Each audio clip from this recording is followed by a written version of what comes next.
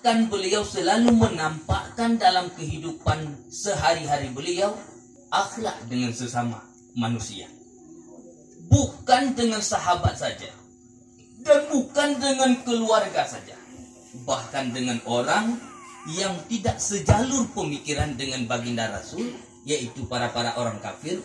Beliau mengandalkan akhlak, sehingga terbunuhlah mereka itu yang hasilnya mengikut ataupun masuk dalam agama Islam. Maka oleh Allah Subhanahu wa taala memastikan dalam Al-Qur'an, innaka la'ala khuluqin adzim. Sungguh engkau Muhammad tercipta di atas akhlak yang cukup mulia.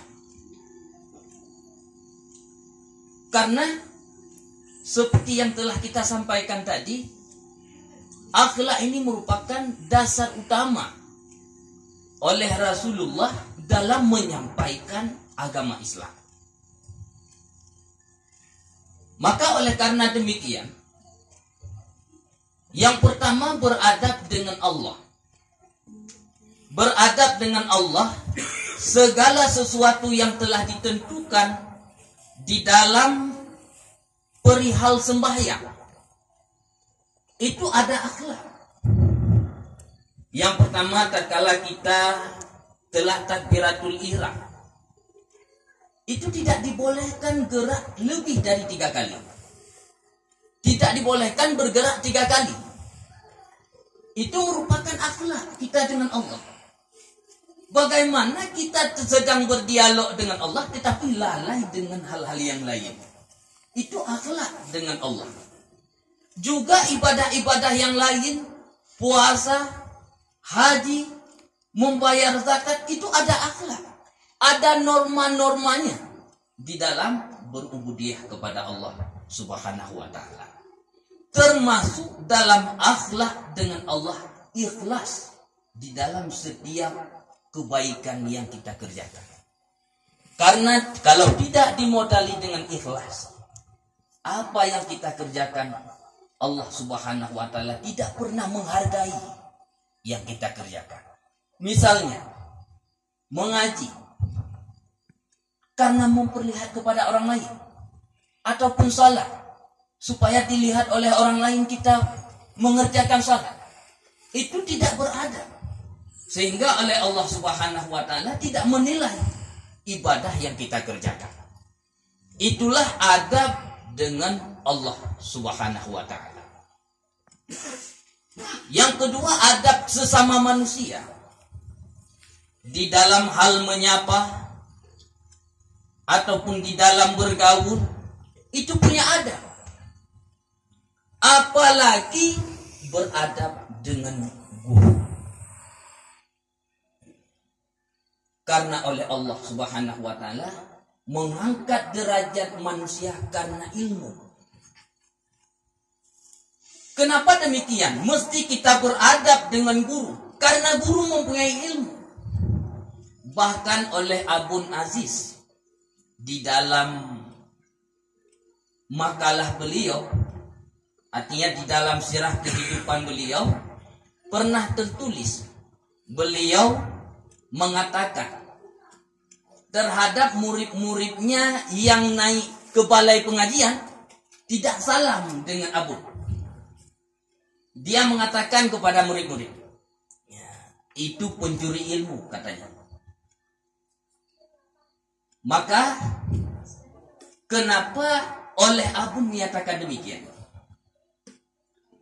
Pernah saya temukan, saya baca di dalam satu kitab, hubungan kita dengan guru, tak kala kita berhadapan dalam menuntut ilmu, ini cahaya ilmu terbuka antara kita dengan, antara guru dengan muridnya, terbuka. Sehingga kalau ada hal-hal yang tidak baik yang kita tanam terhadap guru, ilmu tidak akan sampai. Tidak akan sampai. Makanya tatkala ada orang yang naik ke balai pengajian, tatkala Abun menyampaikan ilmu, Mereka tidak salam dengan Abun. Abun mengatakan pencuri ilmu itu. Maka itulah adab sesama guru. Maka oleh karena di dalam satu syair yang bunyinya laisal yatim alladzi qad wafa walid walakinnal yatim yatim ilmu wal adab. Bukanlah orang yatim orang yang telah meninggal ayahnya, tetapi yatim ilmu wal adab. Artinya kita dianggap yatim tatkala tidak mempunyai adab dan tatkala tidak mempunyai ilmu. Dianggap tidak ada orang tua, walaupun ada orang tua, tatkala tidak mempunyai adab dan ilmu. Dianggap tidak ada orang tua, tatkala kita tidak mempunyai ilmu dan adab. Yang kebiasaan kita katakan kepada anak yatim, kita panggil, kita nyatakan seorang yatim tatkala tidak ada orang tua. Tetapi dalam ilmu agama dianggap yatim seseorang tatkala tidak ada ilmu dan adab. Begitulah peran penting adab dan ilmu, terutama sesama guru. Bukan menyuruh menghormati. Misalnya Tunku Maharaja bukan mengharap untuk dihormati, dan beliau punya guru. Jadi apa saja yang saya sampaikan, beliau mesti mempraktekkan kepada gurunya. Dan kita yang mengaji kepada beliau, mesti kita praktekkan juga. Begitulah menghormati. Ya, Abu Ulung Angin. Dia bukan orang pintar, tetapi rasa takdim, artinya mempraktekkan akhlak dengan Abun sangat tinggi. Beliau benar-benar menghormati Abun, bukan Abun saja, sampai kepada cucu Abun dia menghormati. Maka sebegitu berkahnya ilmu beliau. Bahkan ada seorang ulama tua di Aceh. Beliau masuk ke daerah Lung Angin dan berdiri di tengah-tengah daerah, dan dia memandang seluruh bangunan-bangunan yang ada di daerah Lung Angin. Dia mengatakan, inilah lampu yang sangat dekat dengan saklarnya, yang sangat baik hubungan dengan saklarnya. Begitu kata dia. Yang bisa dipahami dari haba ulama tersebut, hubungan Abu Ulung Angin dengan Abun cukup akrab. Bahkan di dalam satu sejarah, satu riwayat, Abun memetik buah semangka.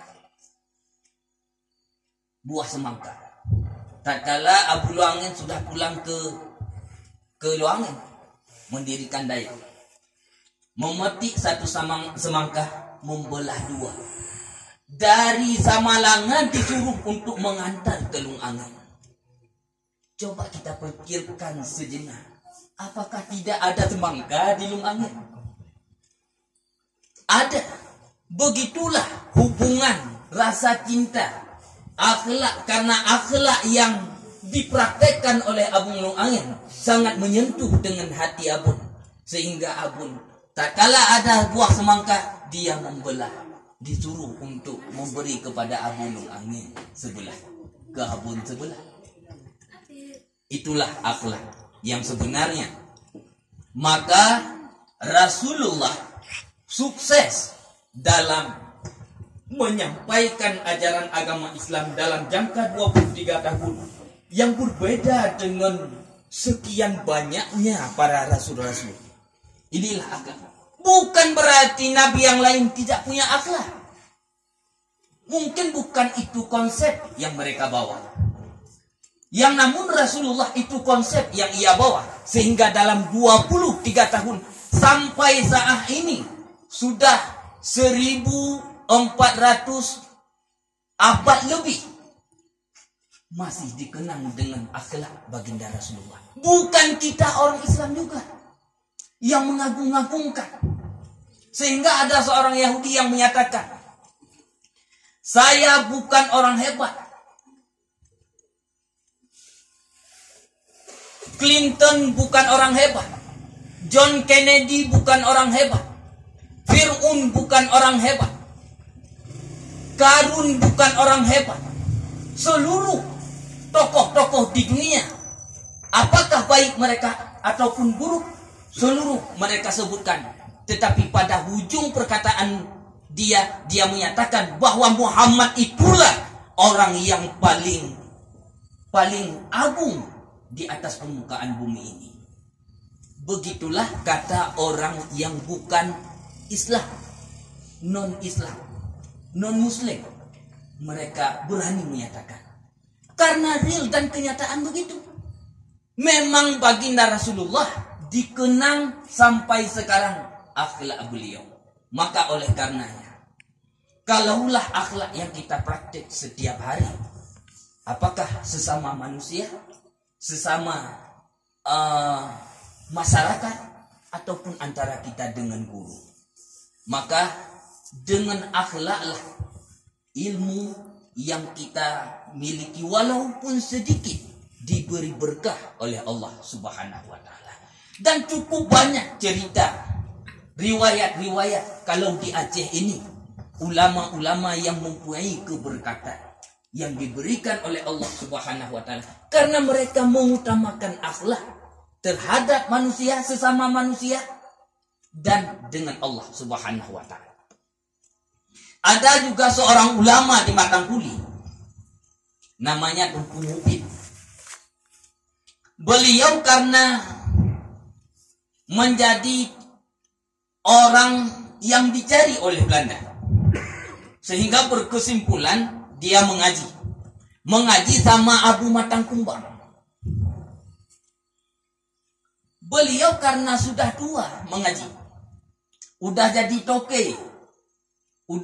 toke di Singapura, balik lagi ke Aceh karena membuat onar yang sebenarnya kalau orang Aceh tidak dianggap onar karena dengan Belanda. Mereka bukan orang kita, bahkan kolonial itu yang menjajah kita. Beliau ada masalah dengan Belanda sehingga lari dari kampung dan belajar ilmu agama pada Abu Matangkumbang. Pada masa itu Abu Matangkumbang merupakan ulama besar, termasuk ulama besar di Aceh. Beliau mengaji sama Abu Matangkumbang.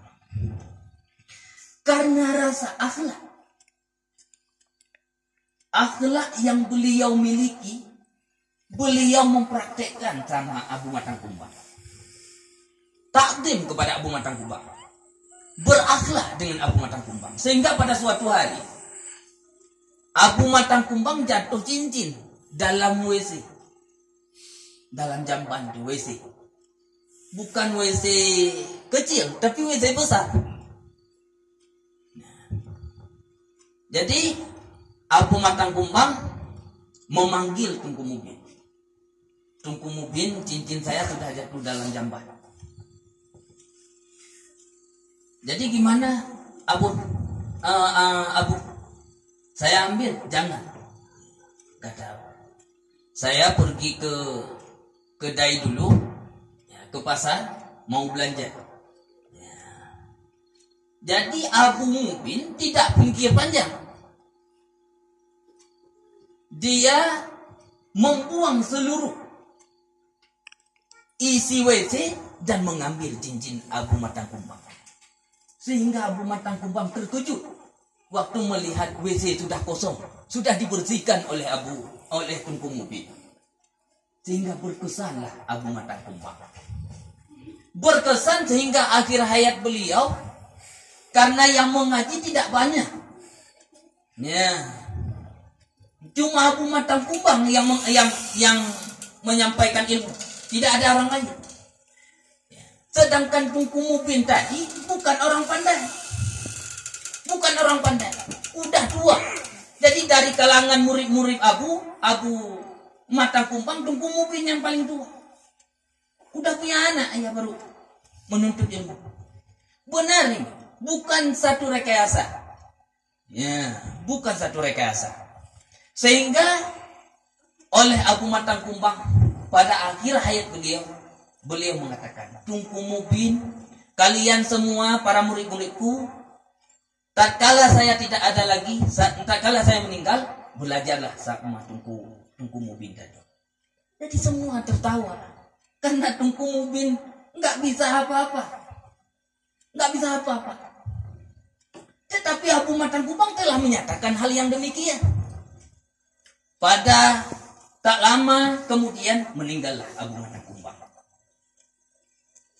Jadi semua murid tidak mau belajar kepada Tunku Mubin.